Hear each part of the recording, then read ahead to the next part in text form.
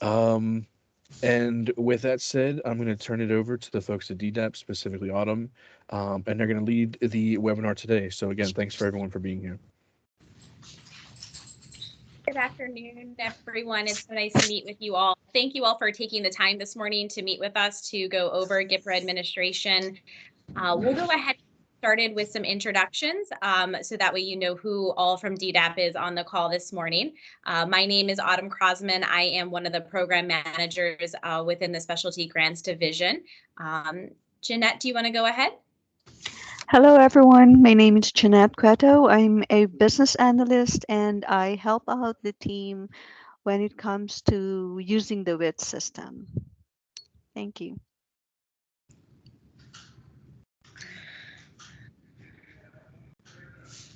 And Michelle? Oh, good morning. My name is Michelle Saul. I also am a business analyst, and I'm the manager of the business workflow group. And one of our responsibilities is the WITS help desk. Go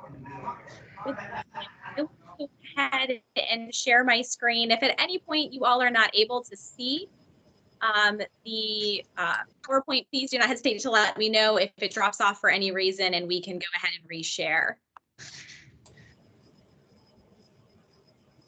So this morning we're going to go over, kind of the basics in regards to the WITS system as well as to GPRA administration. We had an opportunity to meet with Michael, and he had shared, that there have been some new agencies that are now a part of the MAT County Jail project.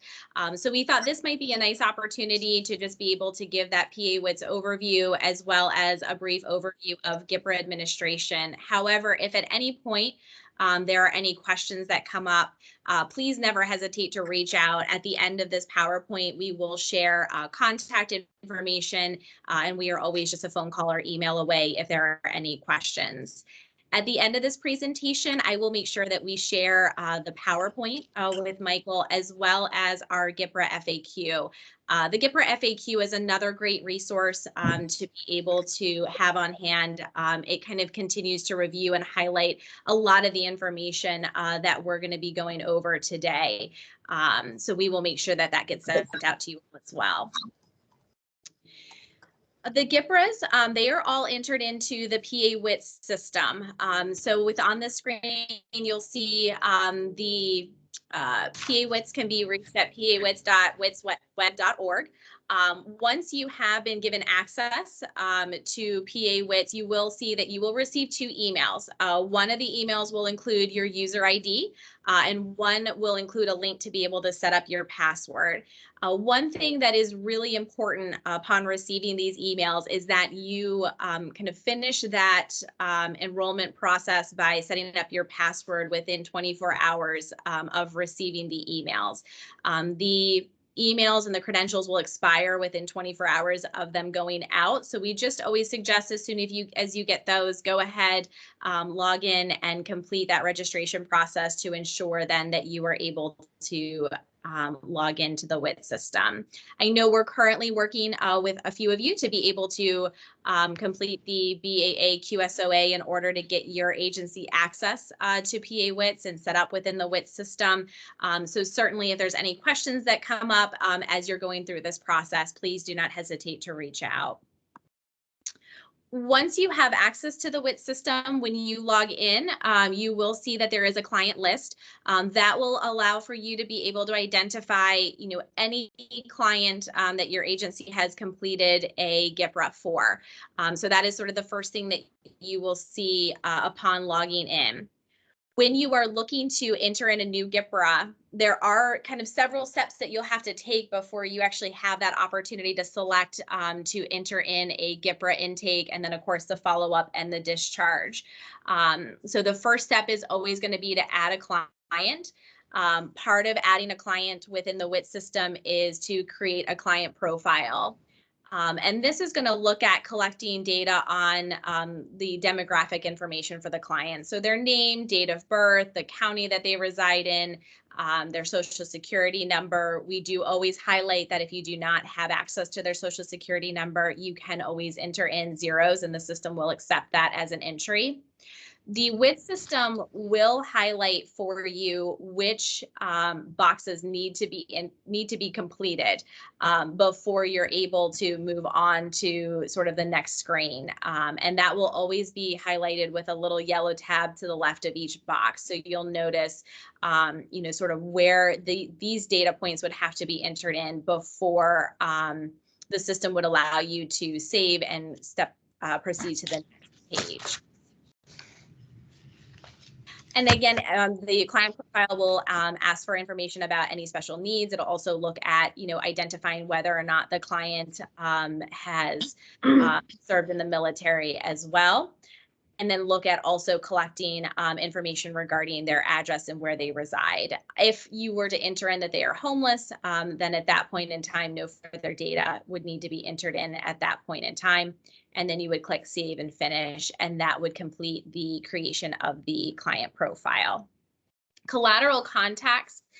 This is something that we really encourage the collection of collateral contacts. It becomes very helpful, especially as it becomes time to begin to outreach to the client to complete that 6-month follow-up, to have additional collateral contacts to be able to outreach to in order to work towards reaching the client to have them complete that 6-month follow-up. So we really do encourage the collection of collateral contacts.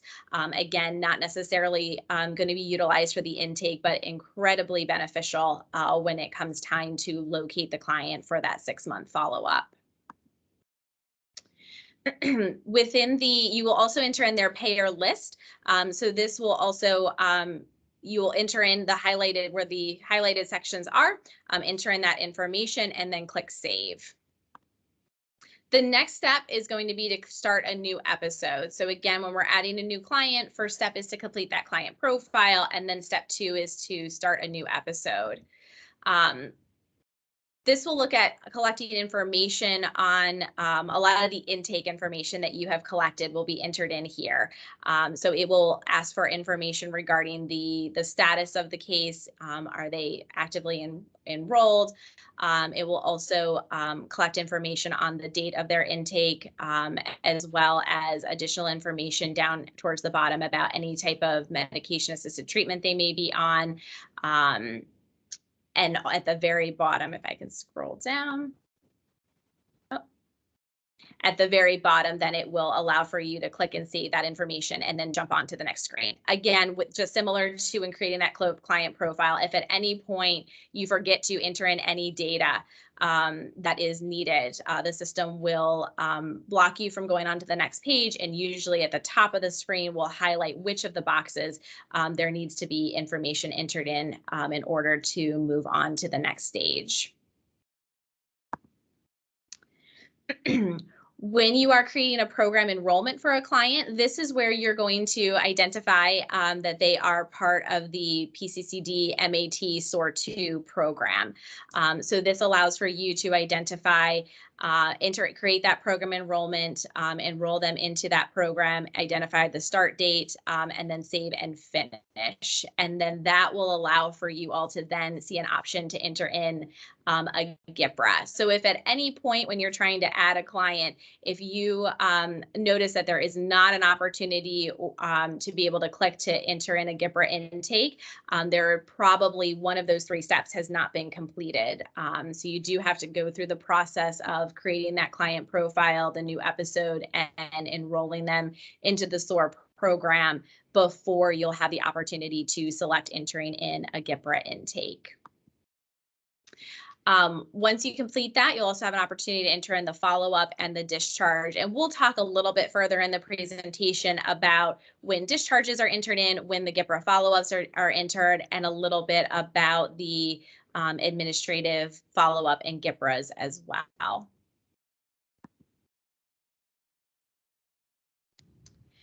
So prior to recent upgrades within the WITS system, typically you would have to enter in all of the GPRA data for the intake, the follow-up, and the discharge within one sitting in order to not lose any of the data that you had previously entered in. You are now able to save that information, log out, and then you can log back in and finish completing any data that still needs to be entered in for the GPRA intake, follow-up, or discharge. We do still strongly encourage that the data is entered in all at once, just to ensure that it gets entered in. We certainly recognize, there is a lot going on, and it can be kind of easy to sometimes forget to go back in and to finish uploading that information. But you will be able to see within the client's interview list, you will be able to identify the record status. Has it been completed? Is it incomplete? Has it been deleted? So this is another great tool to be able to reference, just to ensure that all of the data has been entered in. You will notice, if you guys have seen the GPRA, it comes kind of the complete GPRA series. So there are specific sections that are completed for the intake, the follow-up, and the discharge. And this screen will allow for you guys to be able to reference it to identify which sections do we complete for the intake, which sections are completed for that 6-month follow-up, and then again for the discharge. So again, you'll see within that GPRA packet, it's going to include the entire series, but there are just specific sections that are completed for each interview.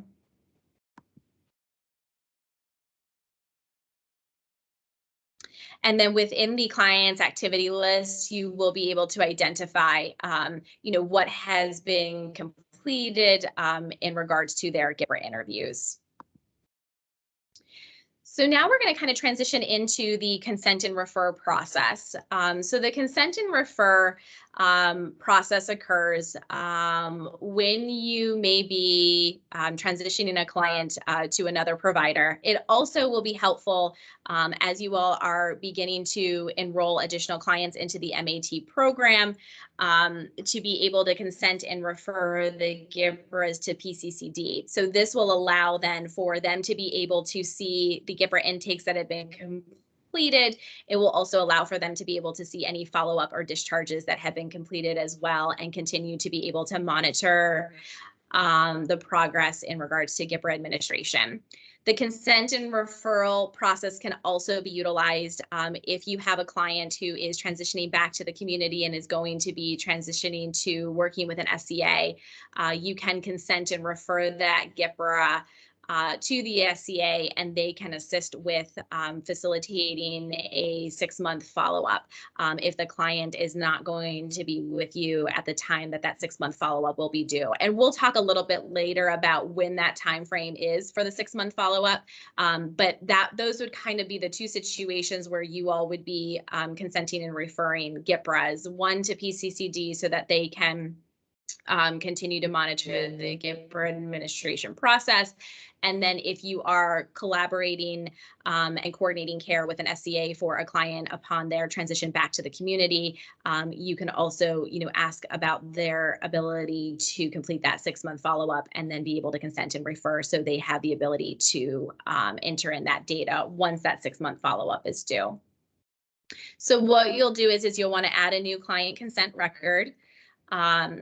You'll then be led to the client disclosure agreement. Again, anything that is highlighted to the left of each box is going to be information that is required to be entered in order to then proceed to the next screen.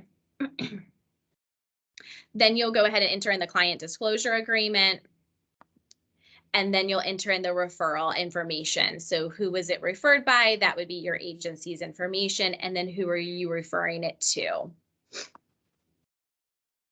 And that will then complete that consent and referral process. Again, if there's any questions as you are completing these, please do not hesitate to reach out as we're happy to assist with any questions that may come up. There are kind of two common errors that can come up within PA WITS when entering in GIBRAs. One often has to do with that a client program enrollment. You're having trouble with creating that program enrollment.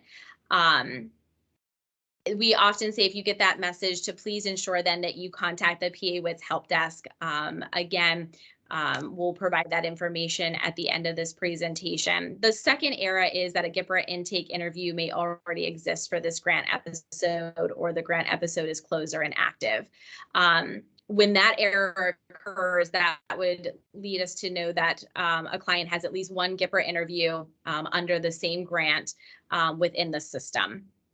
So again, certainly there's opportunities to be able to reach out, and we can help to navigate that to be able to see sort of who that GPRA was completed by, and then there may be opportunities to consent and refer that GPRA to you, at which time then you can assist with collecting the 6-month follow-up if that has not been completed yet. So we do always like to give some background about the GPRA. We certainly recognize, that the GPRA process can be challenging at times with the 6-month follow-ups and being able to locate clients, but we always like to assure everyone that the data that is collected from the GPRA is reviewed. It certainly is very beneficial and important to be able to collect the data as part of the intake, and then certainly as part of that follow-up. And the data truly does help to be able to support the continuation of funding for treatment. So this is all data that does get reviewed. We enter it into the PA WITS system, and then it gets uploaded into SPARS, at which point in time then our federal partners are able to then begin to review that data.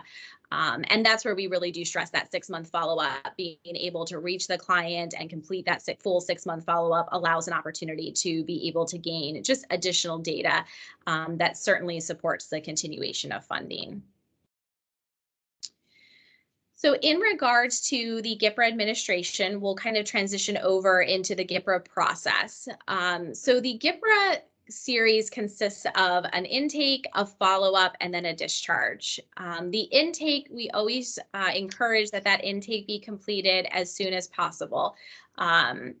Certainly, we recognize that things happen, it may not be possible to complete it within the first couple of days of a client beginning to receive treatment, but we're always striving for trying to complete that intake as soon as the client begins to receive any SOAR funded treatment. The discharge, as you'll notice on the screen, can be completed at any time. So any time following the intake, the discharge can be completed. The 6-month follow-up, though, can only be completed between month 5 and month 8. So while the discharge may be completed before the follow-up, that 6-month follow-up is still required, even if the client has disengaged from treatment and a discharge was completed within the system. Once that 6-month follow-up window opens, it is required that we begin to make attempts to reach that individual to obtain that 6-month follow-up data. Our federal partners have certainly given us goals to work towards in regards to GPRA administration. When it comes to the follow-up data, we are working towards an 80% compliance rate for the follow-up GPRAs. In regards to the discharge data, there are not any specific follow-up rate goals that we are working towards in regard to the discharges, but it is still very important to be able to have that discharge data entered in to the system. So as we talked about earlier, we look at entering in the GPRA intakes typically within 3 to 4 days of an individual receiving treatment that is funded by SOAR. And we do this. The GPRA should be administered to the client. So the client is not able to complete the GPRA alone. And we do recommend having PA WITS open and actually being able to enter in the intake GPRA as you are completing it with the client. So we don't recommend kind of completing it on paper first and then uploading the data into the PA WITS system if possible. We do recommend just having the intake open in PA WITS and to be able to enter in the client's responses as they provide them to you. This really allows an opportunity to ensure that the GPRA is uploaded into the system and is uploaded into the system within a timely manner.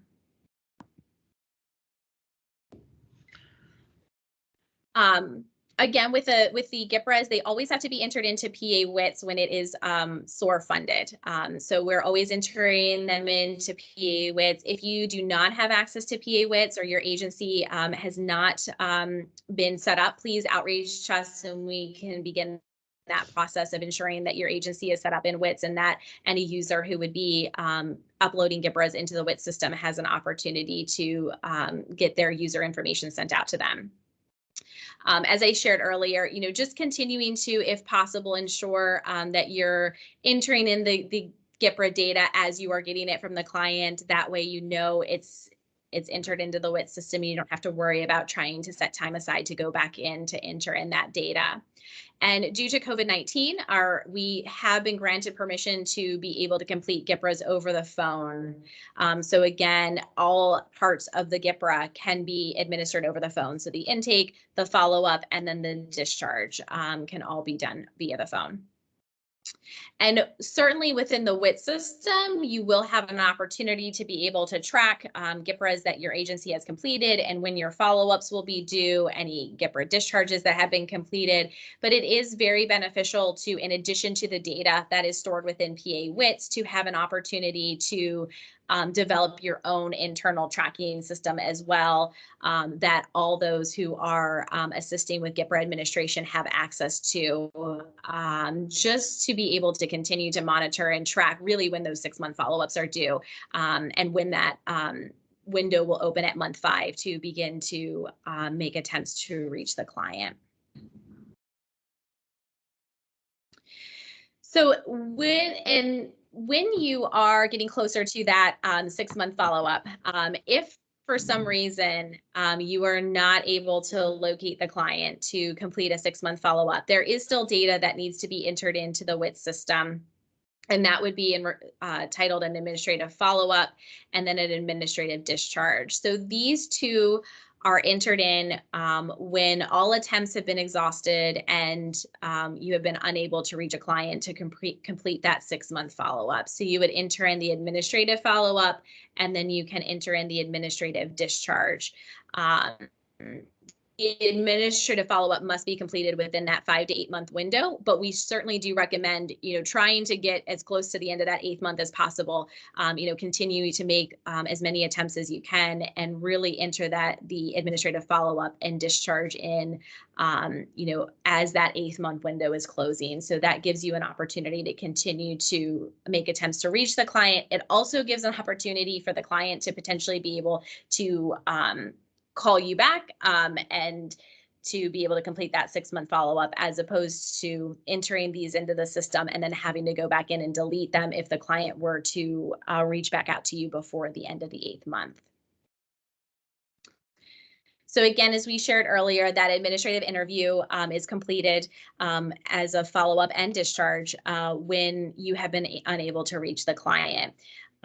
Within the 6-month follow-up, there will be only specific sections that you will fill out when completing an administrative follow-up, and that is Section A and Section I. In regards to the administrative discharge, you will only complete sections A, J, and K. So I know earlier on in the presentation, we kind of looked at, what are the sections that are completed for the intake, the follow-up, and the discharge. And those are when you're completing a full follow-up and a full discharge.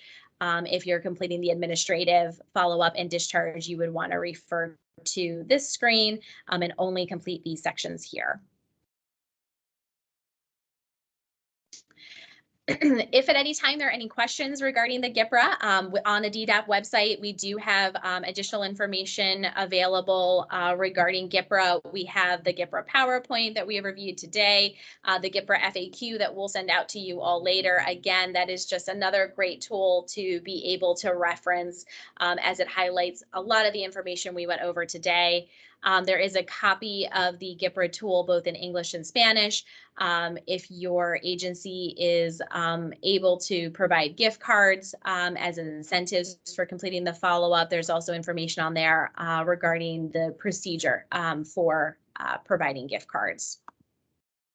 And lastly, certainly as we've shared throughout the presentation, if there's any questions that you all have along the way in regards to the GPRA process, please feel free to reach out to myself or to the PA WITS Help Desk. The WITS Help Desk is open Monday through Friday from 8 a.m. to 4:30. There's an email that is available to email any questions that you may have, or the phone number below to call to be able to address questions. And at this point in time, we'll go ahead and open it up if there are any questions that anyone has regarding GPRA.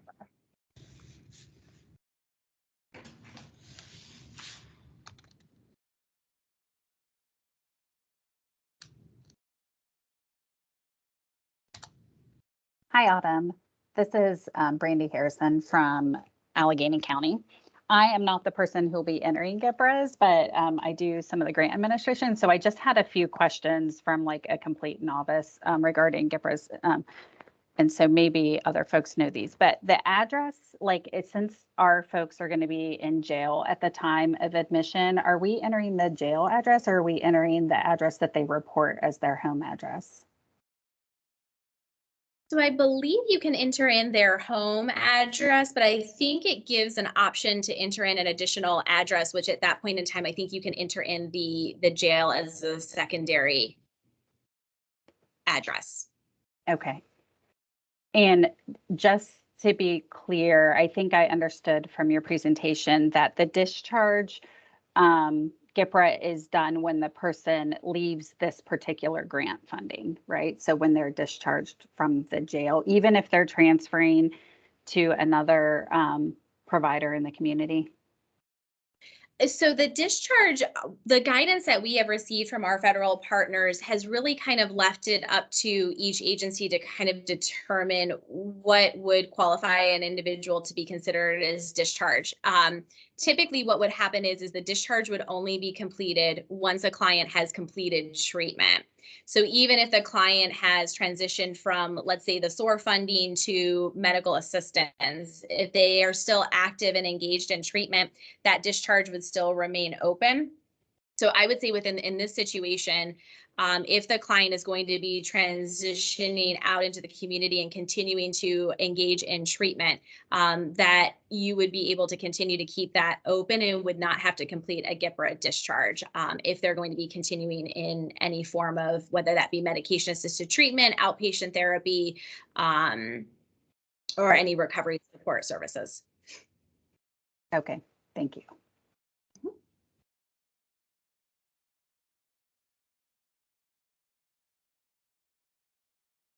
Hi, Autumn. Good morning. This is Sarah Lauder. I work with TDSO, and I'm a part of the developing the project between ACJ and TDSO.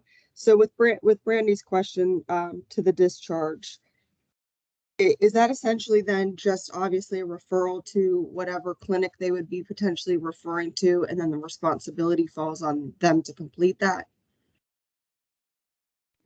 You mean in regards to referring the GPRA? Yes, referring the GPRA so that the home clinic can complete the discharge. Correct. Yep. So if you are referring to a treatment provider, you can certainly consent and refer that GPRA to the next agency, who would then be able to complete that 6-month follow-up if it hasn't been completed yet. And then they would also then have that ability to enter in that GPRA discharge once it would be come time to do that. The only thing you would want to ensure is that they have access to the PA WITS system, and they have they're familiar with that GPRA process. Okay, because that was my concern right there, is that maybe not everybody is as familiar with it. So if that wasn't necessarily a necessity, where if they were just discharging out of this particular program, we do have the ability to complete, the 6-month and the discharge GPRAs. So I was thinking maybe that would still make the most sense, instead of trying to continuously follow up with other providers to ensure that it got completed, because at that point they would be lost to us. Mm-hmm. And we can certainly take that feedback back to our federal partners to be able to get a little bit more guidance from them on that. As you know, for this particular program, would there be an opportunity to do exactly as you were suggesting? If they are with you and you've completed that 6-month follow-up, and then once they are transitioning back, to be able to complete that discharge, and see if there's any flexibility in, kind of potentially changing, how that has been handled in the past. And my other question is, currently we have 2 separate programs within WITS. I'm assuming that we would need to add a third kind of title for this program within WITS. I'm imagining. Which are the 2 that you have currently? So TDSO has our regular, MAT program, and then we also have a program specifically with peers that work out in the community. So they have a separate program that is set up. So I would think that we would maybe want to include a third if that's only going to be identifying people that aren't necessarily our patients, because they're going to be kind of patients of other facilities. But I don't know. And are you seeing is that in regards to that setting up that program enrollment? Right. So when you first open that, like when you first open WITS, and it basically says select which program, and there's like a little drop box. Even if you only have one program, you have to select that program. So when we started our secondary program with our peers, we had to add a second because it was not, the patients were not falling under the outline or the guidelines rather for that initial program, saying that they were receiving MAT. So even though these patients are going to be receiving MAT, being that they're going to be incarcerated, I just didn't know if that could still fall under our regular programming or if we should set up a different profile in itself. Michelle and Jeanette, would we want to have the program set up to reflect the PCCD MAT project? Hi, good morning. This is Jeanette. I believe TDSO right now has 2 facilities. So when users log in, they would immediately see their agency name, and then there is a drop down where they have to choose between 2 facilities to like access the clients from, or they have to choose a facility. That's the first page they have to do. And then for each facility, there are programs that are set up. So for example, Tadiso CCM has recovery support services, SOAR2 SAA and SOAR SA, the SOAR 1 grant. Now, is the question, should you define another facility that will be accessible only to certain people, and there you would like to put the SOAR to PCCD MAT clients? Is that the question? Correct. Do we need to have a separate program for this, or could they just be entered directly under TDSO's regular MAT program? The system would allow, you can define users that have access only to the details of a client. When I say details, it would mean the GPRA information of the client, the case, the intake information that will be accessible only to certain individuals that have access to that particular facility and its clients. However, um, any user in that agency will have access to all the clients, the client profile names and information, the demographics of the client, of all the different facilities in your agency. So yeah, I believe the setup differs from agency to agency, but if you are asking if it is possible to have another facility where the program PCCD MAT will be created, and then all the GPRA information of the clients enrolled in PCCD will be there, that is possible by the system. There are other agencies that are just lumping all the clients and different programs in one or two facilities. And perhaps Michelle would like to add more to what I have just said. Yeah, Jeanette, thank you. Sarah, I believe what you'd probably want to do is as at least we should add the PCCD MAT SOAR program to both the Tedisco facilities that you have. So that way you can, enroll the client in that program, and then the GPRA will be available to you. Because if you just enrolled the client in, say, like a treatment level of care, GPRA is not available to you then. It's only after you're enrolled in a program that's associated with the SOAR 2 grant that you'll have the capability to enter the GPRA interview. So right now, go ahead. Our initial profile. So just to clarify, we only have one like physical plant facility. It's just different programs separated within. But when our first program, like our regular Tedisco programming for MAT, we have access to put GPRAs in there, because those are being completed still for anybody that's coming in to receive MAT that's eligible for SOAR funding. So those are being completed. I think my concern was I was hoping to maybe add a third program specifically for this, primarily in terms of for tracking. I mean, we will keep our own spreadsheet, but to have the ability to pull just people specific to this program in order to do 6-month follow-ups and discharges, I think it would make things much easier instead of trying to sort through, our 1,000 patients that are entered within our initial program.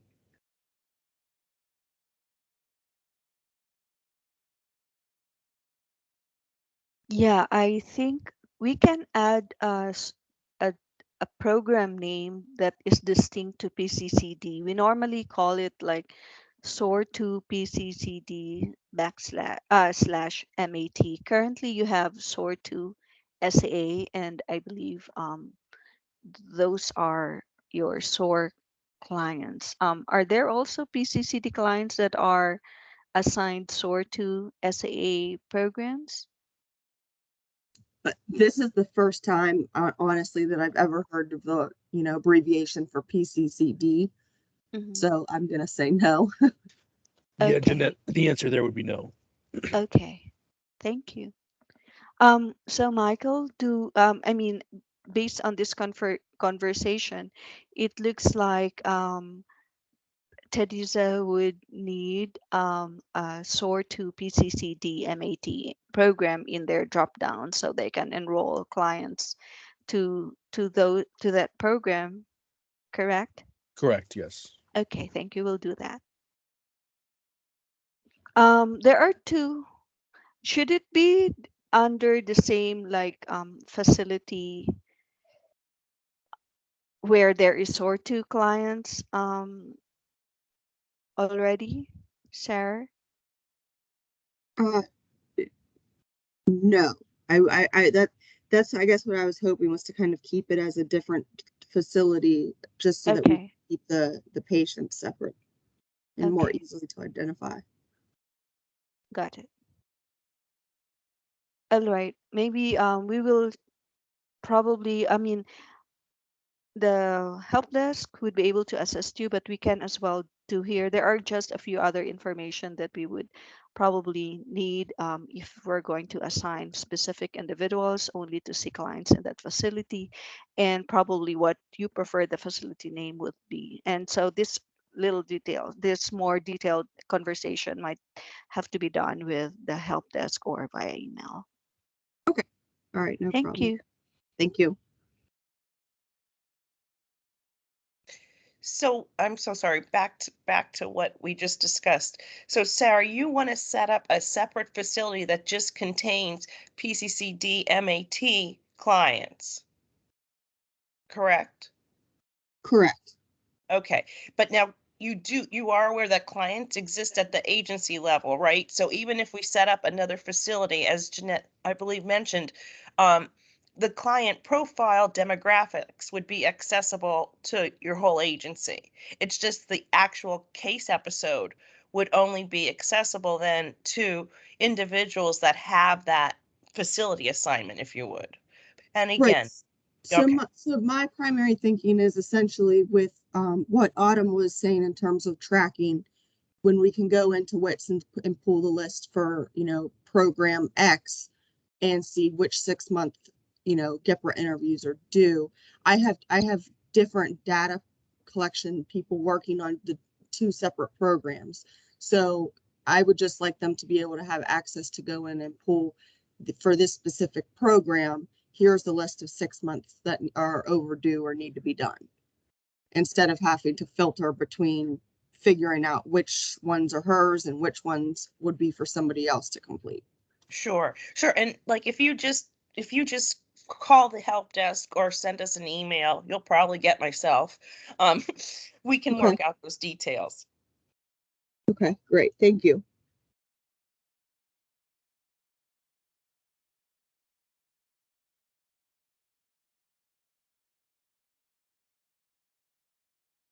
Hi, Bethany from Washington County. Well, Washington Drug and Alcohol. I just wanted to ask 2 quick questions, if that's okay. Okay, Absolutely. so we had thought about, okay, let me backtrack here. So when we close somebody, when we do the discharge, typically that's meant that they completed program, they're, done with treatment, what have you. So we close them, and at that point in time, our releases are completed as well. So I had thought about bringing the locator form back, but now thinking about it, the locator form won't really help us at that point if the releases are null and void. So is there any feedback that anybody could give me, any kind of suggestions? Like, do we, I know clinically speaking, talking about charts, it's not going to be productive for us to keep these charts open until that 5-month time frame opens up. And so any feedback, any suggestions from anybody on what we can do about communicating with these people, trying to track these folks down, without that benefit of having the, emergency contact or anything from the locator, basically. So that's my first question. I know, Bethany, one thing that we have received some feedback on from other SEAs have been sometimes in those situations trying to schedule with the client a date and time within that 5 to 8 month window. Typically, I think within that, as soon as that the 5th month opens up, scheduling a date and time to be able to try to complete that GPRA follow-up, and having that opportunity then to discuss with the client the importance of the follow-up, and giving them that appointment card. That has seemed to help for some. Again, it's not 100%. There's certainly feedback that we have gotten where SEAs who are doing that have shared, we call it that date and time and we're unable to reach the client, but there has been some success with it as well.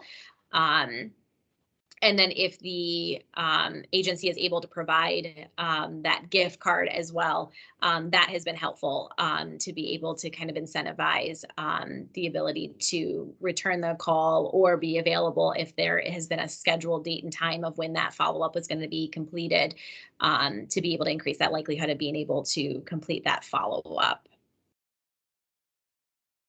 Okay, thank you. And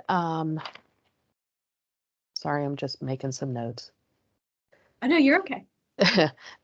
So then my second question is speaking more towards the folks that we receive in from the SCI. And this situation just popped up for us, so that's why I'm asking. Sometimes those SCI folks, they don't choose to engage with us. And they choose to engage with, say, like the other COE that's local to us. And so at that point in time, since they're choosing not to engage with us, the responsibility of that follow-up and or discharge GPRA, that would fall upon that other COE that they're actually engaged with, correct? So it would depend on if the SCI has referred the consent to refer the GPRA to your SCA, then the responsibility at that point would lie between, it still actually lies with the SCI as well as with your SCI to do the follow-up. Now, I'm wondering if they have begun to participate with the other COE, there may be an opportunity then to go back to the DOC and ask them to consent and refer that GPRA over to the agency where the client is receiving and participating in treatment. And then at that point in time, it would give an opportunity then for that agency to be able to complete that 6-month follow-up and have access to the GPRA to enter in that data. And then down the road, that GPRA discharge when the time came for that. Okay, so what you're saying is that we should let the SCI know that they chose not to engage with us, that they chose to engage with the other COE, and therefore they need to refer that whole chart, so to speak, in WITS over to them, over to that other COE. Okay. All right, Yeah. great. Yep, they can definitely assist with that, with sending that over. Okay, thank you so much. Mm-hmm. And I'm just thinking too, if that does tend to happen, that may be good feedback for the DOC to receive, because it may be an opportunity then to allow for them to get consent signed by the client for that other agency as well. That would allow for them to be able to have more open communication with them if they end up transitioning over. So that may be something that if a client is returning back and it happens that they may end up going to that other COE, it may be beneficial for the DOC to get that those consent signed for that other agency before they leave. Okay, thank you. Now, is there a way that they could refer to both of us, or somehow say that we're the primary and the other COE would be the secondary, just to save themselves the time and the effort, or no? That's actually that's a really good question. I would imagine there isn't, to my understanding, I don't believe there's a limit to how many times you can consent and refer a GPRA. So that's actually something that may be able to be built into their workflow on the front end. Like you said, they could just consent and refer to both. And then that way you both would have access. And then depending upon where the client ends up landing for treatment, then there would be no disruption then in being able to kind of do that continuation with the GPRAs. So that is something they probably could do on the front end. Okay, great. Thank you. Mm-hmm.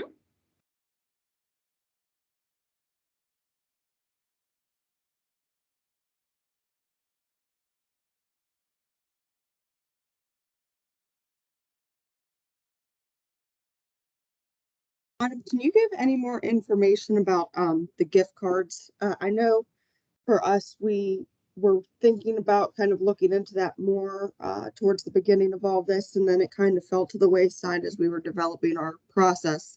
So is there any more information you can give us on how we would, access those when they're able to be given out, etc.?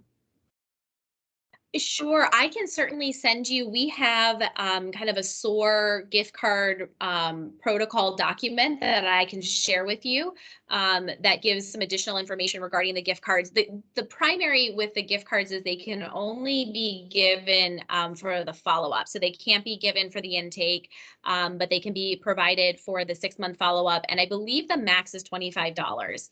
And then our federal partners do have some guidance as far as, sort of what the gift cards can be for. That is included in that protocol sheet that I can send to you. And that would provide, it's basically just making sure that it's given at the follow-up and that your gift card doesn't exceed the 25, and then that the gift card is for aligns with, what our federal partners say that the funding can be spent on. Okay. Yeah, that sheet would be helpful. If you want to put your email into the chat, I can go ahead and make sure I'll send that right over to you this morning. Okay, great. I appreciate it.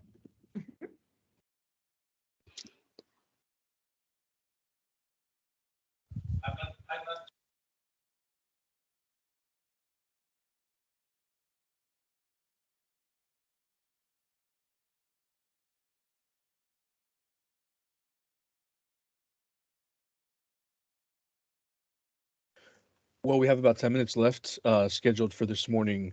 So I did just want to make a last call for questions. Thank you all for those of you who have asked questions. I think they've been very helpful.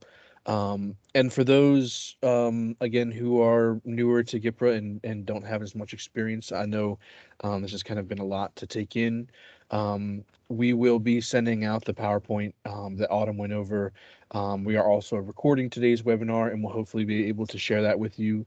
But if you have any additional questions after today is over, obviously you can feel free to reach out to myself. I can put you in direct contact with Autumn and her folks at DDAP. Also, you can email the PA WITS help desk that Autumn has talked about multiple times.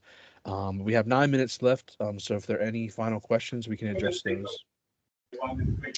Hi, Michael, Jeanette here. I just would like to add or let the participants in this call know that we have already set up, or the PCCD agency name in WITS has already been set up. So they are, as Autumn mentioned, an agency can refer an individual to more than one. There is no limit to how many agencies it can be referred to. They can also refer the client to PCCD, Pennsylvania Commission, and PCCD agency in WITS. And so that would enable PCCD to keep track of the clients as well, the GPRA follow-up compliance. Excellent. Thank you, Jeanette. Welcome.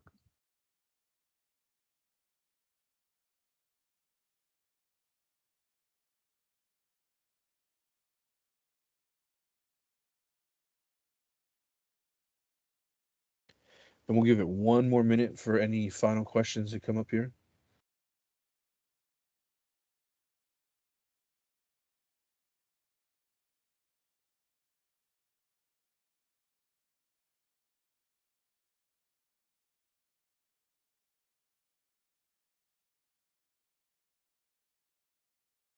All right. Well, hearing none, we're going to give you back 8 minutes of your day. So thank you to all of our grantees who did attend today. We really appreciate you being here to learn a little bit more about the GPRA process. Thank you very much to Autumn, Jeanette, and Michelle from DDAP for all the information that you provided today. Thank you to everyone who asked questions. And again, if there are any questions you have just generally about your grants on the programmatic or fiscal side, please don't hesitate to reach out to me. If there are any questions you have about GPRA after this call, you can reach out to myself or to the GPRA help desk, and we'll get you taken care of. So again, thank you for attending today, and have a great rest of your day. Thank you. Thank you. Thanks, Thank everybody. you. Thank you, everyone.